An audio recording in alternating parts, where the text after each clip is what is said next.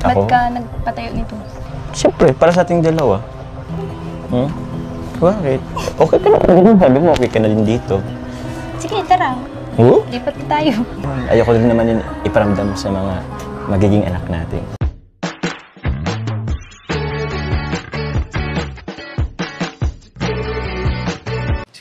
Si Kuya Jens, ano yan, reactor natin yan.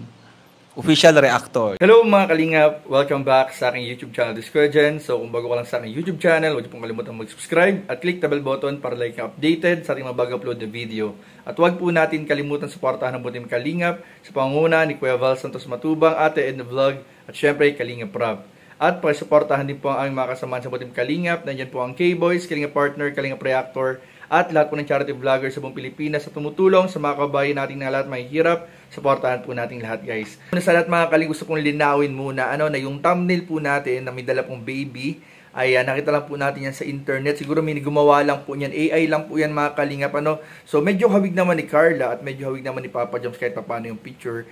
At grabe nakakatuwa lang na isipin na may mga gumagawa po ng ganyan na parang nilulook forward na po nila mga kalingap na ang Jomcar po in the near future or sa darating po mga panahon ay sila rin po talaga mga kalingap ang magkakatuluyan. So nakakatuwa lang po pero wag po tayong agad-agad basta maniniwala sa mga kumakalat na pictures dahil madali na po ngayon ang edit, madali na po ang AI, madali na po lahat i-edit po ang lahat ng mga larawan ngayon mga kalingap. Pero gamitin natin kung yung technology gamitin natin para sa good vibes. Yun, mga ganun lang bagay mga kalingap. Pero ingat-ingat din po tayo. So ngayong umaga mga kalingap ay samahan nyo kung muling bigyan ng reaction video ang ilan pang mga eksena sa part 95 ng Tambalang Jomcar. Kung saan po mga kalingap meron po tayong maririnig, mapapanood at makikita mga kalingap na magko-confirm po sa naging reaction video po natin kahapon kung saan po mga kalingap handa na nga ba talaga ang Tambalang Jomcar o si Carla at Jomar na lumevel up mga kalingap dahil maraming nakapansin dun sa mga salita ni Carla dun sa nakaraang reaction natin mga kalingap na meron nga sinabi dun si Carla handa siya mga kalingap sa hirap at ginhawa basta kasama niya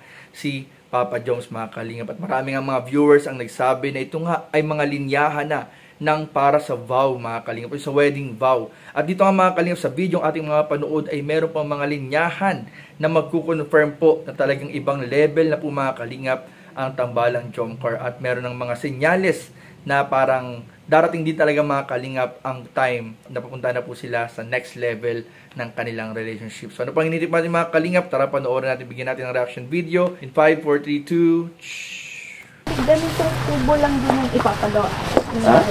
Ano to? Ganitong tubo lang din. Yung alin? Papagawa ko muna. Mapagawa, tas ganito lang din? Wag na. Mas malaki na. Para since magpapagawa ka din naman, yung yung sementado na. Para hindi masayang. Ganun din naman yun gagastos ka din naman. Tas, alam mo naman, bagyo dito sa Bicol, laging malakas. O pag sementado, mas okay. Kahit na pakonti-konti, kahit hindi pa agad matapos, okay na din yun. Kasi kung magpapagawa ka ganito, tapos bigla kang makaisip ng papalitan mo na ng mas maganda, di gigibain mo na naman, di asang din naman yung pera. Kaya yung na lang, yung gusto mo talagang bahay. Pag kasi sementado yung pinagawa ko, matatagalan kasi kailangan ko pang mag-ipon. Iniisip ko kasi yung renta sa apartment, mahal, sayang. Ganun din naman yung pagrenta mo ng apartment, gagastos ka din naman. Pwede ka na lang magpaunti-unti kahit papaano. Sa bagay, mahal nga naman yung renta sa apartment. Kung magpa-umpisa ka na din kahit papaano, hanggang sa mabaw, goods to din. Ikaw? Ba't Ako? ka nagpatayo nito? Wala lang. Siyempre, para sa ating dalawa. Bakit? Okay ka na din. Sabi mo, okay ka na din dito. Sige, tara. Lipat na tayo. Hindi ka? Joke lang naman yun. Ayoko naman na tumira ka dito na hindi pa prepare ang lahat. Pero ito, wala pang kuryente. Yung tubig ko, medyo madami pang, Sanay kaya ako dyan. Kahit siya malamok? Doon nga sa dating bahay namin siksikan pa kami. Siya? Siyempre, ayoko naman nang maulit yun. Yung ganong sitwasyon mo. Ayoko nang maramdaman ulit yung ganong sitwasyon na mahirap, sisiksikan. Tsaka, pagpaplano rin yun, ayoko rin naman yun iparamdam sa mga magiging anak natin. Sakali lang naman. Diba? Teka, nagutom ka na ba? Okay lang, kumain naman kami kanina ni Ate Rosa bago kami pumunta dito. Siya. Pasensya na, wala kasing malapit na kainan dito. Ba't pala tayo pumunta dito? Wala. Gusto ko lang makita yung bakod. Tsaka nakaka-proud kasi sa sarili, diba? Sabagay. Totoo din naman. Ganda pala dito. First time kong makapunta dito. Yeah, bro. Saka, Stress ko. ano, tawag dyan? Yan na ba yung, ano, Carla? Opo, kuya. Wow, napanood ko sa vlog ni Carla yan. Congrats, Carla. Nakaka-proud Thank you ka. po. Bilang kuya mo, bilang dating tumutulong sa'yo, sobrang proud ako sa'yo kasi dating nagtitinda lang guys ng puto. Ngayon, nagpapagawa na ng sarili niyang property. Although wala pang bahay kasi di pa naman kaya ni Carla magpagawa ng bahay sa ganyang kalagayan, sitwasyon niya ngayon kasi hindi lang naman sarili niyang iniisip niya, family niya sa kanya rin umaasa, di ba? Magkano lang naman kinikita sa trabaho ni papa mo, di ba? Opo. Si mama mo naman, bantay sa mga kapatid mo, di ba?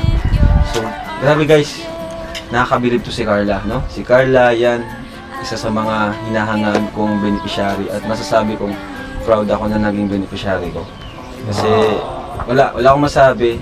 Kung marunong siyang humawak ng pera, walang yabang, walang luho sa katawan, talagang lahat is basta nakaka-inspired siya, nakaka-inspired si Carla, no? Sana marami pa tayong matulungan kagaya ni Carla, di ba bro? Oh, bro. Yung iba natin tinutulungan na pag umangat din kagaya ni Carla, sana ganito rin yung gawin. Kaya congrats Carla sa lote mo. And hopefully, kung mapatayo ka ng bahay sa sarili mo, ay yan, sana maging maayos, walang problema. And kay Joms naman, Bro. itong kubo-kubo mo, Joms, anong plano mo dito, bro? Bala ko rin dito, bro, magpaano. Paunti-unti din naman. Paunti-unti din. So, ito yung magiging barracks ng carpenter kung sakaling Kung sakali. mapagawa ka na ng bahay nyo. Oo, At bro. nakakatawa, Bye, bro. magkapit-bahay kayo. Oo naman, bro. At Mas hindi ka okay yun. talaga, Joms. Bakit? Wala lang, natutuwa lang ako. Kumusta naman kayo? Tagal ko yung hindi nakaka-banding, you know? Kasi, syempre, siguro naman, naiintindihan nyo naman na hindi lang naman si Carla, di ba, tutulungan ko ngayon. Marami akong inaasikaso, kaya bihira ko din kayo maka-jamming. No? Kaya, yun, pag may vlog tayo, laka lang tayo nakakaganito, banding. So, kumusta kayo? Ayos naman, bro. Okay lang man po. Okay. Okay lang. Para ba siyang roller coaster? Sobrang Ang roller coaster. relasyon daw kasi parang roller coaster. Oh, bro. Di naman naiwasan, bro. So, nararamdaman nyo na, nafe-feel nyo na ngayon. Oo. So ayun mga kalingap, so napanood natin, narinig natin, na handa na nga mga kalingap na lumipat, nagbiro nga si Carla na, tara lipat na tayo dito, kahit ganito lang to, kahit kubo lang, sanay naman daw sila dati sa dati nilang bahay. Pero ayun nga, sabi ni Papa Joms na syempre hindi siya papayag na lilipat sila sa ganyang klaseng bahay. Syempre kung bibigyan niya ng pamilya si Carla, or parang magkakaroon sila ng pamilya sa mga darating na panahon, ay syempre dun sa maganda namang pong bahay, presentable, at yung talagang hindi mararamdaman ng kanilang mga magiging anak na yung dating naramdaman po o naranasan po ni Carla sa dating niyang bahay. So nakakatuwa mga Kalingap, and ayun nga, sobrang proud nga rin po si Kalingap Rob sa lahat ng achievement ni Carla at syempre ng lahat ng beneficiary na pinapakita nila na talagang deserving po silang matulungan at deserving na natulungan sila dahil talagang pinapatunayan nila na hindi nila sinasayang yung mga tulong na ibinibigay sa kanila. So patuloy lang po nating suportahan ang buong Team Kalingap. Syempre po mga Kalingap sa pangunguna ni Kuya Val, Ate Edna at Kalingap Rob. So yun lamang po at maraming po salamat sa panonood. Please don't forget to like, comment, share, and subscribe sa ating mga video. Maraming po salamat. God bless. Bye-bye.